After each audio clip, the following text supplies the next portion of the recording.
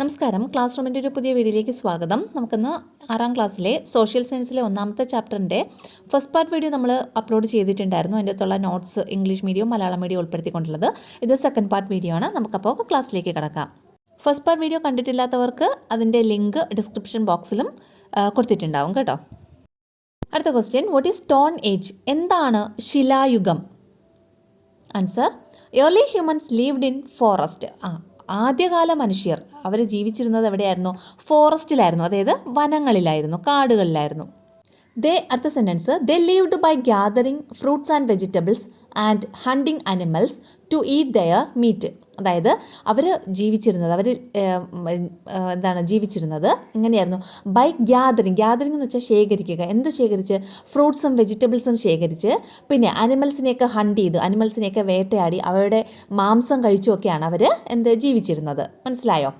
They used rough stones from their surroundings as weapons. അവർ റഫായിട്ടുള്ള പരുക്കൻ കല്ലുകൾ, അവരുടെ ചുറ്റുപാടും ഉണ്ടായിരുന്ന പരുക്കൻ കല്ലുകളാണ് വെപ്പൺസ് അല്ലെങ്കിൽ ആയുധങ്ങളായിട്ട് ഉപയോഗിച്ചിരുന്നത്. വെപ്പൺസ് എന്ന് വെച്ചാൽ ആയുധങ്ങൾ, സറൗണ്ടിങ്സ് എന്ന് വെച്ചാൽ അവരുടെ ചുറ്റുപാടും. അപ്പോൾ റഫ് എന്ന് വെച്ചാൽ വളരെ പരുക്കനായിട്ടുള്ള, അതായത് ഒരു പോളിഷ്ഡ് അല്ലാത്ത, മിനുസപ്പെടുത്തിയൊന്നും അല്ലാത്ത പരുക്കനായിട്ടുള്ള കല്ലുകളായിരുന്നു. റഫ് സ്റ്റോൺസ് ആണ് ഈ സ്റ്റോൺ ഏജിലുള്ള മനുഷ്യർ എന്തായിട്ട് ഉപയോഗിച്ചിരുന്നത്? വെപ്പൺസ് അല്ലെങ്കിൽ ആയുധങ്ങളായിട്ട് ഉപയോഗിച്ചിരുന്നത്. അതെവിടെ നിന്നാണ് അവർക്ക് ലഭിച്ചത്?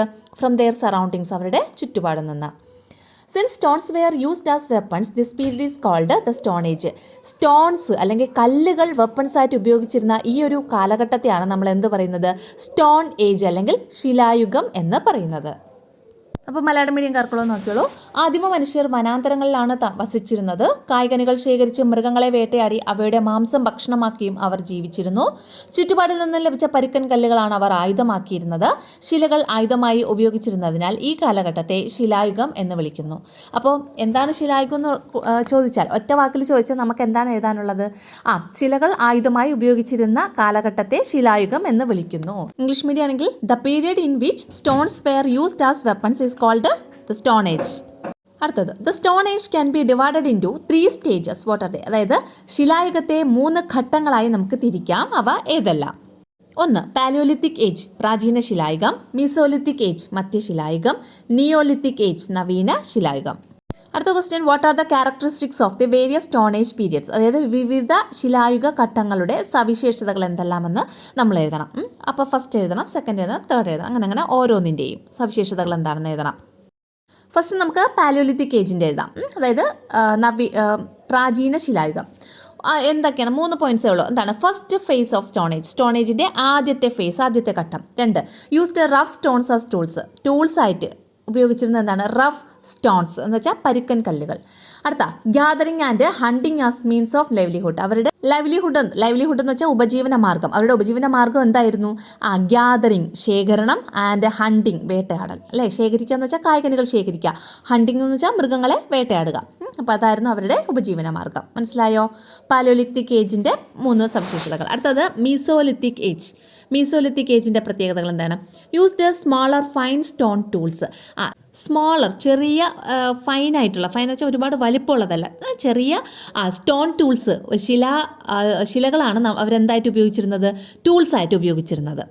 അപ്പോൾ used smaller fine stone tools കേട്ടോ. Used smaller fine stone tools ആണ് അവർ മീസോലിത്തിക് ഏജിൽ ഉപയോഗിച്ചിരുന്നത്. അടുത്ത രണ്ടാമത്തത്, used edible grasses and fish as food.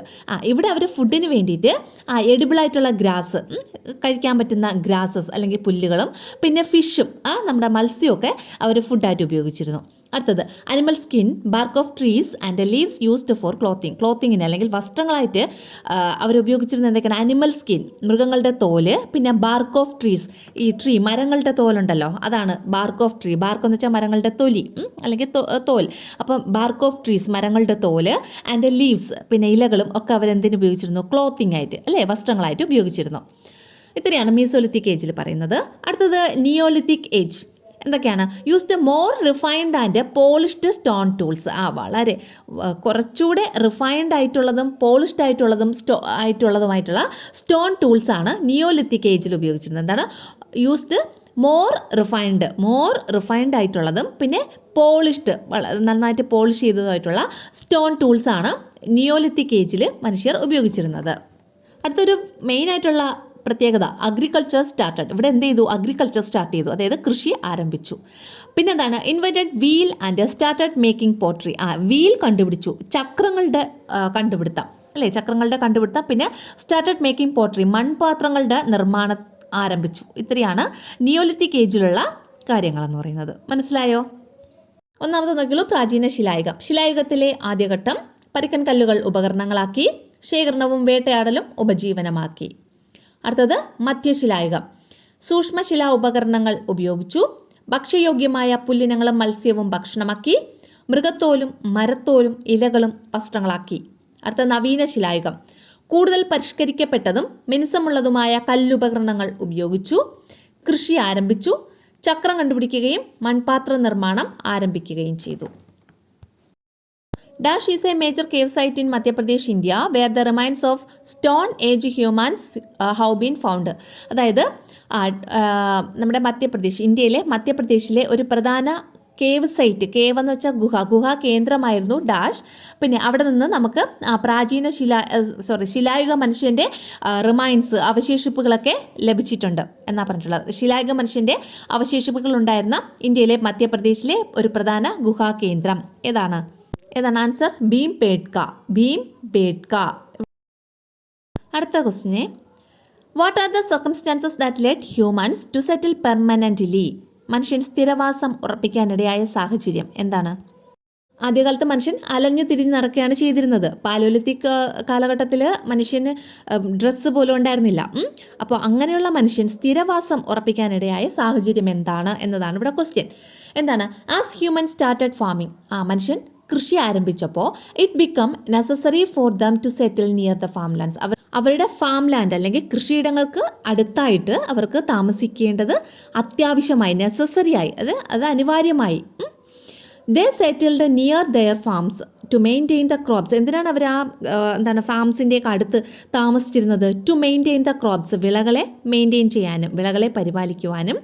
Protect the field from wild animals. അവരുടെ ആ കൃഷിയിടങ്ങൾ, ഫീൽഡിനെ വൈൽഡ് ആനിമൽസിൽ നിന്ന് അല്ലെങ്കിൽ വന്യമൃഗങ്ങളിൽ നിന്ന് പ്രൊട്ടക്ട് ചെയ്യാൻ, സംരക്ഷിക്കാനും. And to care for their domesticated animals. അവരുടെ ഡൊമസ്റ്റിക്കേറ്റഡ് ആനിമൽസിന്, അതായത് അവർ പരിപാലിച്ച് വളർത്തുന്ന ആ മൃഗങ്ങളെ എന്ത് ചെയ്യാൻ, കെയർ കൊടുക്കുക, അവരെ പരിപാലിക്കാൻ വേണ്ടിയിട്ടും. അവർ ചിലപ്പോൾ ഇണക്കി വളർത്തുന്ന മൃഗങ്ങൾ ഉണ്ടാവുമല്ലോ, ആ മൃഗങ്ങൾക്ക് കെയർ കൊടുക്കാനുമായിട്ടായിരുന്നു അവർ കൃഷിയിടങ്ങൾക്ക് സമീപം എന്ത് ചെയ്ത് സ്ഥിരവാസം ഉറപ്പിച്ചത്. കൃഷി ചെയ്യാൻ ആരംഭിച്ച മനുഷ്യർക്ക് കൃഷിയിടങ്ങൾക്ക് സമീപത്തായി സ്ഥിരവാസം അനിവാര്യമായി വന്നു. കൃഷി പരിപാലിക്കാനും കൃഷിയിടങ്ങളെ വന്യജീവികളിൽ നിന്ന് സംരക്ഷിക്കാനും മൃഗപരിപാലനത്തിനുമായി അവർ കൃഷിയിടങ്ങൾക്ക് സമീപത്തായി സ്ഥിരവാസം ഉറപ്പിച്ചു. Question, what all the changes might settled life have brought about in humans? അതായത് സ്ഥിരവാസം മനുഷ്യരിൽ എന്തൊക്കെ മാറ്റങ്ങളാണ് ഉണ്ടാക്കിയിട്ടുള്ളത്? ഒന്നാമത്തത്, dwellings began to be built. എന്താണ് ഡ്വെല്ലിങ്സ് എന്ന് പറഞ്ഞാൽ? DWELLINGS, ഡ്വെല്ലിങ്സ് എന്ന് വെച്ചാൽ വാസസ്ഥലം. ബിഗാൻ ടു ബി ബിൽറ്റ്, ഈ വാസസ്ഥലങ്ങൾ നിർമ്മിക്കാൻ തുടങ്ങി. ഒന്ന്. അടുത്ത രണ്ടാമത്തത്, people began to interact more with each other. ഈ ആൾക്കാർ പരസ്പരം നന്നായിട്ട് ഇൻട്രാക്ട് ചെയ്യാൻ തുടങ്ങി ആൾക്കാർ.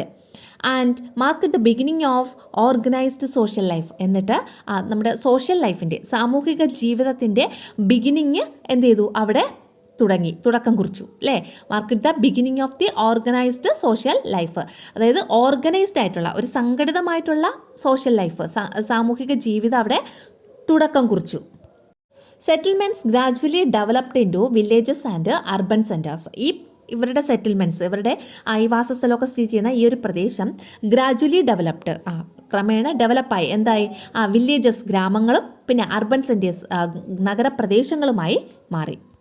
അടുത്ത മലയാളം മീഡിയംകാർക്കുള്ളത്, വാസസ്ഥലങ്ങൾ നിർമ്മിച്ചു തുടങ്ങി, ജനങ്ങൾ തമ്മിൽ കൂടുതൽ ഇടപഴകാൻ തുടങ്ങുകയും സംഘടിത സാമൂഹിക ജീവിതത്തിന് തുടക്കം കുറിക്കുകയും ചെയ്തു. സ്ഥിരവാസ കേന്ദ്രങ്ങൾ ക്രമേണ ഗ്രാമങ്ങളായും നഗരങ്ങളായും വികാസം പ്രാപിച്ചു. അടുത്തത് നമ്മുടെ ടെക്സ്റ്റിലുള്ളൊരു പിക്ചറാണ്. Observe the pictures given above. What materials are they made? മുകളിൽ നൽകിയിരിക്കുന്ന ചിത്രങ്ങൾ നിരീക്ഷിക്കൂ. ഇവ ഏത് വസ്തുക്കൾ കൊണ്ടാണ് നിർമ്മിച്ചിരിക്കുന്നത്? ഏതൊക്കെ വസ്തുക്കൾ കൊണ്ടാണ്? ആദ്യം കണ്ടത് കല്ലുകൾ കൊണ്ടും രണ്ടാമത് കണ്ടത് ലോഹങ്ങൾ കൊണ്ടുമാണ് നിർമ്മിച്ചിട്ടുള്ളത്. ഫസ്റ്റ് കണ്ടിരിക്കുന്ന ഏതുകൊണ്ടാണ്? സ്റ്റോൺസ് കൊണ്ട്. രണ്ടാമത്തത് മെറ്റൽസ് കൊണ്ട്. അടുത്ത question, which was the first metal used by humans? മനുഷ്യൻ ആദ്യം ഉപയോഗിച്ച ലോഹം ഏതാണ്? കോപ്പർ അല്ലെങ്കിൽ ചെമ്പ്. കോപ്പറിൻ്റെ മലയാളം പേരാണ് ചെമ്പെന്ന് പറയുന്നത്. അടുത്തത്, what is the metal age? എന്താണ് ലോഹയുഗം എന്ന് പറഞ്ഞാൽ? The period when humans used weapons and tools made of metals is called metal age. ലോഹങ്ങൾ കൊണ്ട് ആയുധങ്ങളും ഉപകരണങ്ങളും നിർമ്മിച്ച് ഉപയോഗിച്ചിരുന്ന കാലഘട്ടത്തെയാണ് എന്തെന്ന് വിളിക്കുന്നത്? ലോഹയുഗം എന്ന് വിളിക്കുന്നത്. ദ പീരിയഡ് എന്ന് വെച്ചാൽ കാലഘട്ടം. വെൻ ഹ്യൂമൻസ് യൂസ്ഡ്, മനുഷ്യർ യൂസ് ചെയ്തു. എന്താണ് യൂസ് ചെയ്തത്? Used weapons and tools. Weapons ആയുധങ്ങളും പിന്നെ ടൂൾസ് ഉപകരണങ്ങളും ഉപയോഗിച്ചിരുന്നു. എന്തുകൊണ്ട്? മെയ്ഡ് ഓഫ് മെറ്റൽസ് കൊണ്ട് നിർമ്മിച്ച വെപ്പൺസും ടൂൾസും ഉപയോഗിച്ചിരുന്ന കാലഘട്ടത്തെ, പീരീഡിനെയാണ് നമ്മൾ എന്ത് പറയുന്നത്? Stone age. അടുത്ത question, what is bronze age? Bronze age എന്ന് വെച്ചാൽ വെങ്കലയുഗം. എന്താണ് വെങ്കലം? ബ്രോൺസ് എന്ന് വെച്ചാൽ വെങ്കലം. അപ്പോൾ എന്താണ് വെങ്കലയുഗം അല്ലെങ്കിൽ bronze age? Since the copper was not strong enough for tilling the soil and cutting trees. അതായത് ഈ ടില്ലിംഗ് ദ സോയിൽ എന്ന് വെച്ചാൽ മണ്ണ് ഉഴുതുമറിക്കാനും പിന്നെ കട്ടിംഗ് ട്രീസ് മരങ്ങൾ മുറിച്ചിടാനും ഒന്നും ഉള്ള ഒരു ബലമൊന്നും ആർക്കുണ്ടായിരുന്നില്ല? കോപ്പറിനുണ്ടായിരുന്നില്ല. അപ്പോൾ copper was not strong. Copper എന്താണ്? സ്ട്രോങ് അല്ലായിരുന്നു. എന്തിനൊക്കെ വേണ്ടിയിട്ട് സ്ട്രോങ് അല്ലായിരുന്നു? ഫോർ ടില്ലിംഗ് ദ സോയിലിനെ ഉഴുതുമറിച്ചിടുക. അപ്പോൾ സോയിൽ ഉഴുതുമറിച്ചിടാനും പിന്നെ കട്ടിംഗ് ട്രീസൊക്കെ കട്ട് ചെയ്യാനുമുള്ള ഒരു സ്ട്രോങ് ഒന്നും ആർക്കില്ലായിരുന്നു? കോപ്പറിനുണ്ടായിരുന്നില്ല. ദേ മിക്സഡ് കോപ്പർ ആൻഡ് ടിൻ. അപ്പോൾ അവരെന്ത് ചെയ്തു? അവരെന്ന് പറയുന്നത് ഇവിടുത്തെ ആദ്യകാലത്തുള്ള ആ ജനങ്ങൾ എന്ത് ചെയ്തു? കോപ്പറും ടിന്നും കൂടെ മിക്സ് ചെയ്തു. A harder and stronger alloy called bronze. അപ്പോൾ കോപ്പറും ടിന്നും കൂടെ മിക്സ് ചെയ്തപ്പോൾ അവർക്ക് വളരെ ഹാർഡർ, കട്ടിയുള്ളതും പിന്നെ സ്ട്രോങ്ങർ, നല്ല ശക്തമായിട്ടുള്ളതുമായിട്ടുള്ള ഒരു അലോയ് ലഭിച്ചു. ഒരു ലോഹസങ്കരം. അതാണ് അലോയ് എന്ന് പറഞ്ഞത്. രണ്ട് ലോഹങ്ങൾ തമ്മിൽ ചേരുമ്പോഴാണ് അലോയ് ഉണ്ടാകുന്നത്, ലോഹസങ്കരം ഉണ്ടാകുന്നത്. അപ്പോൾ ഒരു അലോയ് അവർക്ക് ലഭിച്ചു. അതിനെന്തെന്ന് പറയുന്നത്? ഇപ്പം ബ്രോൺസ്. എന്താണ്? ബ്രോൺസ്. അപ്പോൾ ബ്രോൺസ് ഏതിൻ്റെയൊക്കെ ഒരു മിക്സ്ചറാണ്? കോപ്പറിൻ്റെയും ടിന്നിൻ്റെയും ഒരു മിക്സ്ചറാണ് ബ്രോൺസ് എന്ന് പറയുന്നത്. അത് ആലോചിച്ച് വയ്ക്കുക. The period when weapons and tools made of bronze wear used is known as bronze age. അതായത് വെപ്പൺസും ടൂൾസും ബ്രോൺസ് വെച്ച് ഉപയോഗിച്ച ആ ഒരു പീരിയഡ്, ആ ഒരു കാലഘട്ടത്തിനെയാണ് നമ്മൾ എന്ത് പറയുന്നത്? ബ്രോൺസ് ഏജ് എന്ന് പറയുന്നത്. മനസ്സിലായോ? എന്താണ് വെങ്കലയുഗം? മണ്ണുഴുതു മറിക്കാനും മരങ്ങൾ മുറിക്കാനും ഒക്കെയുള്ള കാഠിന്യവും ഉറപ്പും ചെമ്പിന് കുറവായിരുന്നതിനാൽ ചെമ്പും ഈയവും, ടിന്നിൻ്റെ മലയാളം പേരാണ് കേട്ടോ ഈയം, കോപ്പർ എന്ന് വെച്ചാൽ ചെമ്പും ഈയവും കൂട്ടിച്ചേർത്ത് കാഠിന്യവും ഉറപ്പുമുള്ള വെങ്കലം എന്ന ലോഹസങ്കരം നിർമ്മിച്ചു. വെങ്കലം കൊണ്ടുള്ള ആയുധങ്ങളും ഉപകരണങ്ങളും ഉപയോഗിച്ചിരുന്ന കാലഘട്ടം വെങ്കലയുഗം എന്ന് അറിയപ്പെടുന്നു. അടുത്ത question, what are the changes brought about in human life by the use of bronze? വെങ്കലത്തിൻ്റെ ഉപയോഗം മനുഷ്യജീവിതത്തിൽ ഉണ്ടാക്കിയ മാറ്റങ്ങൾ എന്തെല്ലാമാണ്? ഒന്നാമത്തത്, bronze tools helped in expanding agricultural land. വെങ്കലം കൊണ്ടുള്ള ഉപകരണങ്ങൾ കൃഷിയിടങ്ങൾ വ്യാപിപ്പിക്കുന്നതിന് സഹായകമായി. ബ്രോൺസ് ടൂൾസ് എന്ന് വെച്ചാൽ വെങ്കലത്തിൻ്റെ ഉപകരണങ്ങൾ ഹെൽപ്ഡ് സഹായിച്ചു. എന്തിന്? ഇൻ എക്സ്പാൻഡിങ് അഗ്രികൾച്ചർ ലാൻഡ് അല്ലെങ്കിൽ കൃഷിഭൂമി എന്ത് ചെയ്യുന്നു? എക്സ്പാൻഡ് ചെയ്യാൻ, വികസിപ്പിക്കാൻ സഹായിച്ചു. അടുത്ത രണ്ടാമത്തത്, the expansion of agricultural land. അങ്ങനെയാണ് കേട്ടോ. The expansion of agricultural land led to increase in agricultural production. Agricultural ലാൻഡിൻ്റെ എക്സ്പാൻഷൻ, അഗ്രികൾച്ചറൽ ലാൻഡിൻ്റെ വ്യാപനം എന്ത് ചെയ്തു? ലെഡ് എന്ന് വെച്ചാൽ നയിച്ചു. ഏതിലോട്ട് നയിച്ചു? ടു ഇൻക്രീസ് ഇൻ അഗ്രികൾച്ചറൽ പ്രൊഡക്ഷനിലോട്ട് നയിച്ചു. കാർഷികപരമായിട്ട് പ്രൊഡക്ഷൻ എന്ത് ചെയ്തു? കൂടി. The increase in agricultural production led to an exchange of products and the development of centers of product exchange. അപ്പോൾ അഗ്രികൾച്ചറൽ പ്രൊഡക്ഷൻ്റെ അഗ്രികൾച്ചറൽ പ്രൊഡക്ഷൻ ഇൻക്രീസായി. ഈ അഗ്രികൾച്ചറൽ പ്രൊഡക്ഷൻ്റെ ഇൻക്രീസ് ഏതിലോട്ട് നയിച്ചു? ലെഡ് നയിച്ചു. ഏതിലോട്ട്? To the exchange of products പരസ്പരം എക്സ്ചേഞ്ച് ചെയ്യുന്നതിലേക്ക് നയിച്ചു. And the development of centres of product exchange. മാത്രമല്ല ഈ പ്രോഡക്റ്റ് എക്സ്ചേഞ്ച് ചെയ്യാൻ വേണ്ടിയിട്ടുള്ള ഓരോ സ്ഥലങ്ങളുടെ ഡെവലപ്മെൻറ്റിലോട്ട് നയിച്ചു. അതായത് നമ്മുടെ ചന്ത എന്നൊക്കെ പറയാം നമുക്ക്, അല്ലേ? Market. The centres of product exchange later transformed into towns and cities. ഈ സെൻറ്റർ ഓഫ് പ്രോഡക്റ്റ് എക്സ്ചേഞ്ച്, പ്രോഡക്റ്റിൻ്റെ എക്സ്ചേഞ്ച് നടക്കുന്ന സെൻറ്റേഴ്സ്, ആ ഒരു കേന്ദ്രങ്ങൾ എന്തായി മാറി? ലേറ്റർ ട്രാൻസ്ഫോംഡ്, പിന്നീട് മാറി. എന്തായി? Into towns and cities. ടൗണുകളും സിറ്റീസും, നഗരങ്ങളും പട്ടണങ്ങളുമായിട്ട് ട്രാൻസ്ഫോമായി. മനസ്സിലായോ ഈ പറഞ്ഞത്?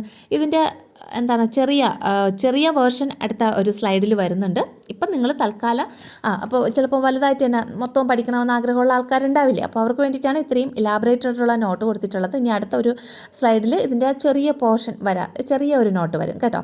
അത് പറഞ്ഞ് ഞാൻ ആ പോർഷനിലെത്തുമ്പോൾ അത് പറയാം. അപ്പോൾ നോക്കിയുള്ളൂ മലയാളം മീഡിയംകാർക്കുള്ളത്. വെങ്കലം കൊണ്ടുള്ള ഉപകരണങ്ങൾ കൃഷിയിടങ്ങൾ വ്യാപിപ്പിക്കുന്നതിന് സഹായകമായി. കൃഷിയിടങ്ങളുടെ വ്യാപനം കാർഷികോൽപാദന വർധനവിന് കാരണമായി.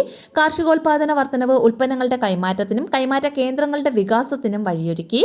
കൈമാറ്റ കേന്ദ്രങ്ങൾ പിൽക്കാലത്ത് പട്ടണങ്ങളായും നഗരങ്ങളായും രൂപാന്തരപ്പെട്ടു.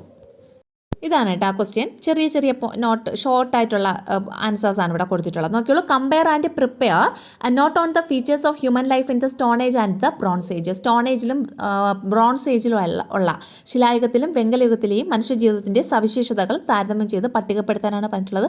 ഞാൻ ഇവിടെ പട്ടികയെന്നും അതായത് ടേബിളിൽ എഴുതണം. നമ്മൾ ടേബിളിലൊന്നും ഞാൻ എഴുതിയിട്ടില്ല. ജസ്റ്റ് ഒരു സ്റ്റോൺ ഏജ് എഴുതും, അതിൻ്റെ താഴെ അതിൻ്റെ പോയിൻറ്റ്സ് എഴുതും. ബ്രോൺസ് ഏജ് എഴുതും, അതിൻ്റെ താഴെ അതിൻ്റെ പോയിൻറ്റ്സ് എഴുതും. അപ്പോൾ നിങ്ങൾക്ക് ഇത് രണ്ട് ബോക്സായിട്ട് വരയ്ക്കുക. ഒന്നാമത്തെ ബോക്സിൽ സ്റ്റോൺ ഏജ് എന്നും രണ്ടാമത്തെ ബോക്സിൽ ബ്രോൺസ് ഏജ് എന്നും കൊടുക്കുക. എന്നിട്ട് ഞാൻ ഈ തന്നിട്ടുള്ള ഓരോ പോയിൻറ്റ്സ് താഴെ എഴുതുക. ഇത് ഷോർട്ടായിട്ട് തന്നിട്ടുള്ള നോട്ടാണ് കേട്ടോ. അപ്പോൾ ഇത് വേണമെങ്കിൽ ഇത് പഠിച്ചാലും മതി. മറ്റത് അത്രയും ഭയങ്കര എലാബറേറ്റ് ആയിട്ട് പഠിക്കണമെന്നില്ല. നിങ്ങളുടെ ഇഷ്ടം പോലെ.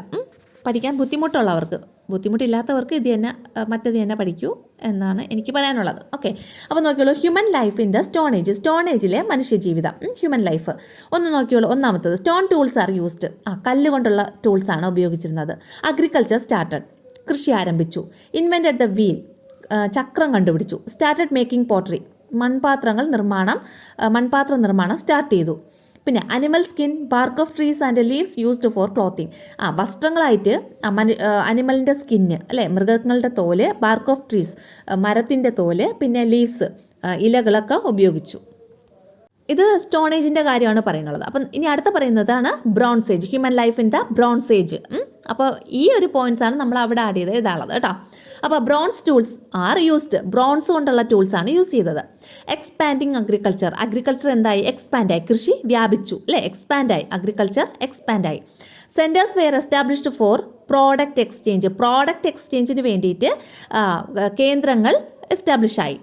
Cities and towns were formed. നഗരങ്ങളും പട്ടണങ്ങളും ഒക്കെ ഫോം ചെയ്തു. Jewellery was made using metals കൊണ്ട് ജ്വല്ലറിയൊക്കെ നിർമ്മിച്ചു. ഇത്രയും കാര്യങ്ങളാണ് ബ്രോൺസ് ഏജിൽ പറഞ്ഞിട്ടുള്ളത്. അടുത്ത ശിലായുഗത്തിലെ മനുഷ്യർ. ശില കൊണ്ടുള്ള ഉപകരണങ്ങൾ ഉപയോഗിച്ചു കേട്ടോ. ശില കൊണ്ടുള്ള ഉപകരണങ്ങൾ ഉപയോഗിച്ചു. ഒന്നാമത്തത്. 2 കൃഷി ആരംഭിച്ചു. ചക്രം കണ്ടുപിടിച്ചു. മൺപാത്രങ്ങൾ നിർമ്മിക്കാൻ തുടങ്ങി. മൃഗങ്ങളുടെ തൊലി, മരങ്ങളുടെ പുറംതൊലി, ഇലകൾ എന്നിവ വസ്ത്രങ്ങൾക്കായി ഉപയോഗിച്ചു. ഇനി വെങ്കലയുഗത്തിലെ മനുഷ്യർ. വെങ്കലോപകരണങ്ങൾ ഉപയോഗിച്ചു. കൃഷിയുടെ വ്യാപനമുണ്ടായി. ഉൽപ്പന്ന കൈമാറ്റത്തിനായി കേന്ദ്രങ്ങൾ സ്ഥാപിച്ചു. നഗരങ്ങളും പട്ടണങ്ങളും രൂപപ്പെട്ടു. ലോഹങ്ങൾ ഉപയോഗിച്ച് ആഭരണങ്ങൾ നിർമ്മിച്ചു.